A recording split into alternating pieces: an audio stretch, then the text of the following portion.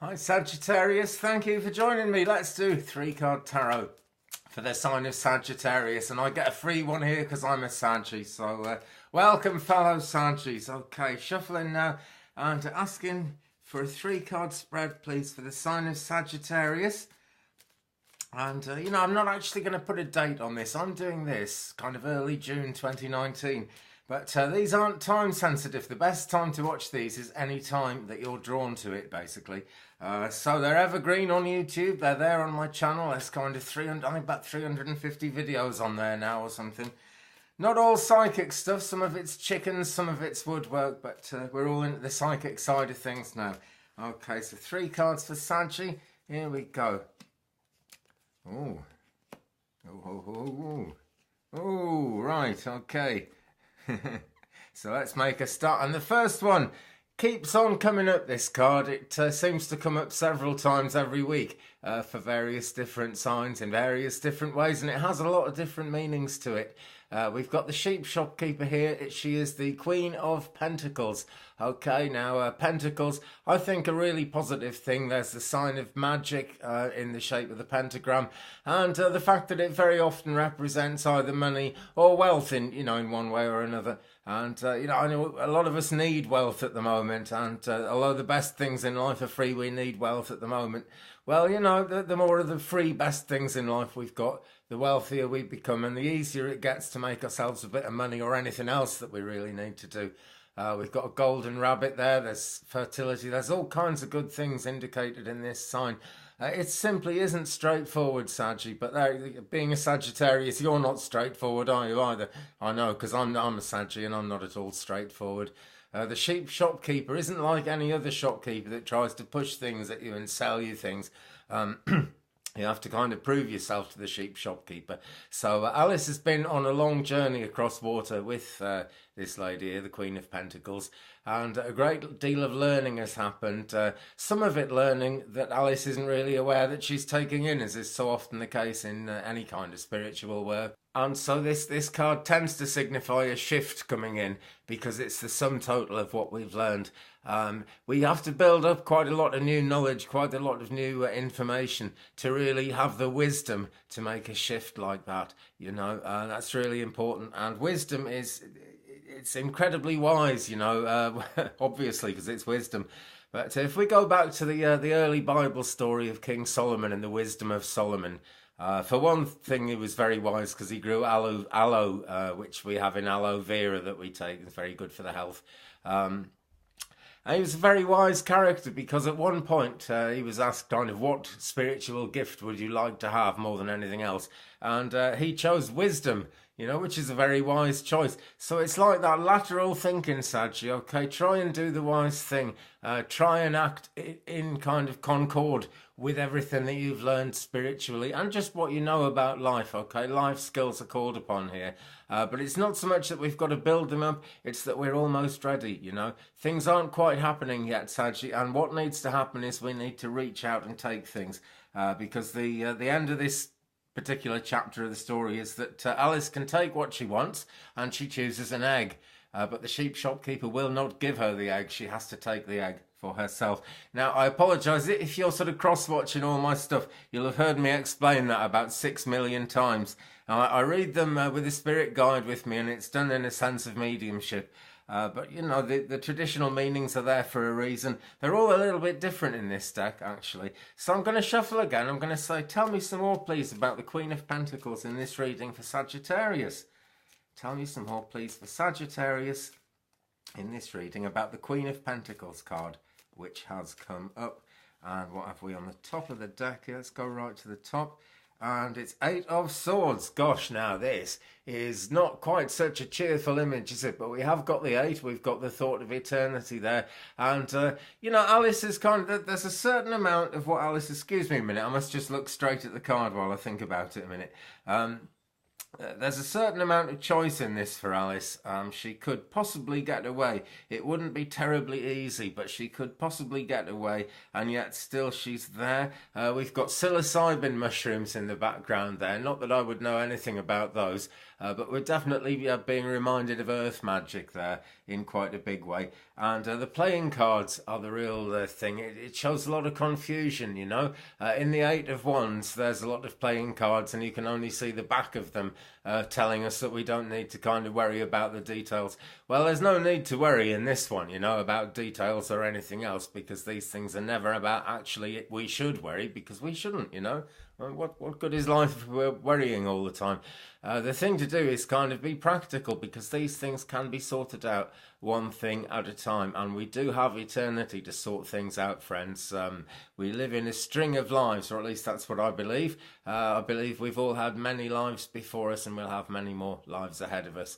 And it's all about improvement, you know, so we don't have to get it right all at once. This is partly where Alice imprisons herself in this card, because she kind of really does feel she's got to do so many things all at once. But why? It's because a shift is coming on all the way through Tarot in Wonderland, really like all the way through the story of the Tarot, whichever deck you're using or whichever way you look at it. It's progress, you know, and it's kind of coming to adulthood in a lot of ways. We may be adults already, but we're always learning. And in the spiritual sense, we're always very young, really, in this life and on this planet.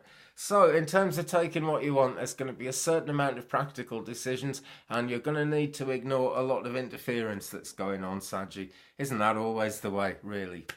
Isn't that always the way? Okay, so the second card in this 3-card spread for the sign of Sagittarius is the Ten of Pentacles. Yeah, another Pentacle card.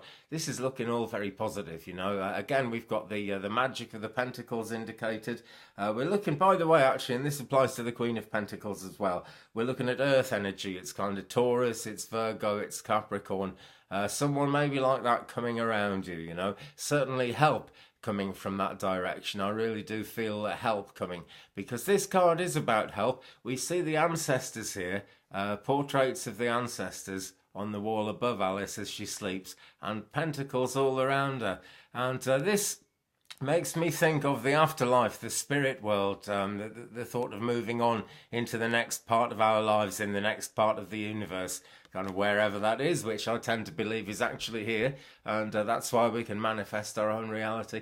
But there we go, Alice is asleep there, and no doubt she's a lot less stressed than she would be when she was awake, because the story is getting quite intense at this point. So maybe life is getting a bit intense at this point, eh, Sanji? But, you know, we can relax a bit, because as we've seen with the Queen of Pentacles and the Eight of Swords as well, all that thinking going on, all that magic in the air, things actually are moving. And we have to trust that we're being led in the right direction. When I try and tune into the spirit world and want to communicate with my ancestors, that's kind of what it's like in that card. And there's like this golden sort of aura of light, and they're kind of just the other side of it.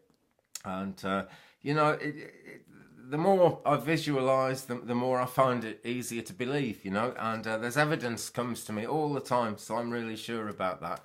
But that, you know, even though I'm sure about it, even though that's really my faith, there are times when it's just impossible to believe, you know. I'm afraid that's a fact of life. But if we keep on trying to visualise the truth, even in this nutty world, it's always trying to make us unvisualise anything decent and just kind of, you know, bring everything down to science and reality and money, basically. Isn't that just the root of so many problems? Goodness me. Anyway, I'm shuffling and I'm asking, please tell me a bit more about the Ten of Pentacles in this reading for Sagittarius. And what we've got is the Eight of Pentacles, another Pentacles card. Okay, so far it's Pentacles all the way with Earth energy again, Taurus, Virgo, Capricorn, basically those are the Earth signs. And then we have the Swords, that's air sign energy as well, kind of Gemini, Libra, Aquarius. But here we have the Eight of Pentacles. This suit is really coming out very strongly in many of the readings this week, actually. And I feel it's got more to do with magic than money in the immediate term. But that, you know, money comes along once we understand the magic of life a lot easier. And even if you don't believe in magic or anything like that, money is kind of, it's an energy, isn't it? I was saying a minute ago it's the root of all evil, but that's just because of the way we tend to use it. You know, it can be used for good, it can be positive, it can be about alchemy, really, taking a thought from your head and actually making it come out into a real, actual thing. Musicians, for example, do it all the time. Any kind of artists do it. You have this idea, even if it's someone else's piece of music or someone else's picture or you've seen that you want to try and either copy or elaborate on in some way. It's about taking an idea from your mind and making it real. Now, the Eight of Pentacles character here is a king, really, and he looks as if he's sweeping the floor, really, but he's not. He's doing great magic. He's just holding the pencil at the wrong end.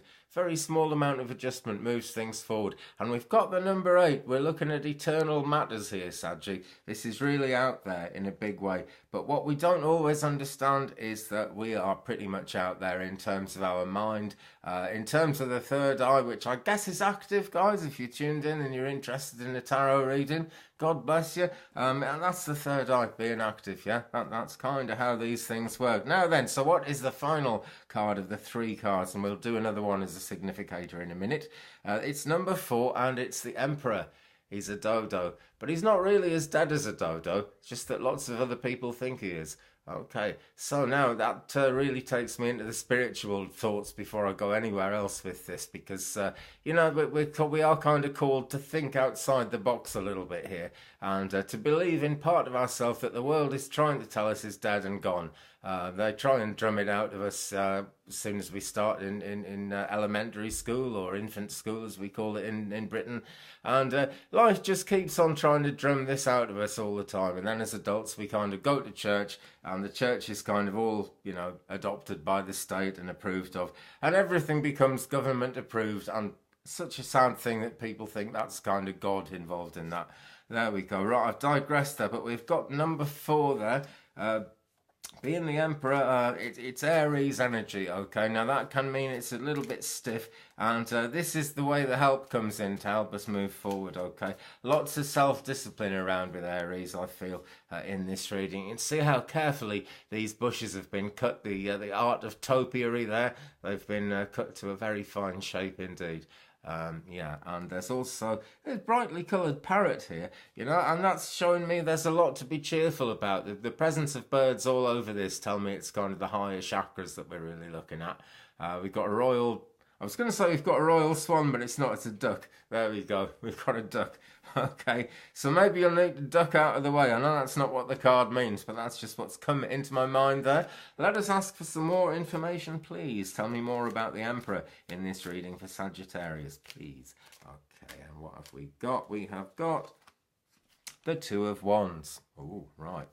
Okay, this takes nothing away from the Thought of Pentacles, but this is what it's been hinted at all through this reading, that the Pentacles magic thing is not actually immediately coming to fruition. It's around, it's happening because we've seen so much of it, but we have got the 2 of Wands here, and this is thoughts and making choices. Really that would be the 2 of Swords in its main meaning, and Wands are more about progress, here possibly a lack of progress, but I really do feel there's a lot of thinking going on there, because this kind of ties into the 8 of Swords, the way this reading's going. So everything's checkered, but we do actually see the countryside looking a little bit like that sometimes when the farms have been mowed in the farm fields, rather I should say, have been mowed by the tractor in different directions. So we're pulled in different directions, Alice is pulled in different directions here, and the wind is blowing the right way though. You see, it's kind of blowing through these, and it's pushing forward, it's pushing ahead. So it's positive. It's just a not yet, really, I feel, in this sense more than anything. Being the Wands, it's fire signs here. Aries, Leo, Sagittarius. So there we go. We are a fire sign, Saggies, and there is the fire sign energy. Right. Clear blue sky in the 2 of Wands, though, and that is really what I want to make the parting kind of significant message of this. Now then, I did have to edit this one a bit because I made a mistake that just could not be left in. I'm trying to get better at this, guys. But I'm going to end it there because I'm pretty sure we've done the 13 minutes and you would not believe how long it takes to upload these things. So thanks ever so much for watching. Thumbs up, please, if you've enjoyed it. Subscribe, tap the bell, and leave me a comment if you will, and we will share the journey. Meanwhile, I'll be back soon with more readings. Have a good one, Sanji. Thanks again. Peace.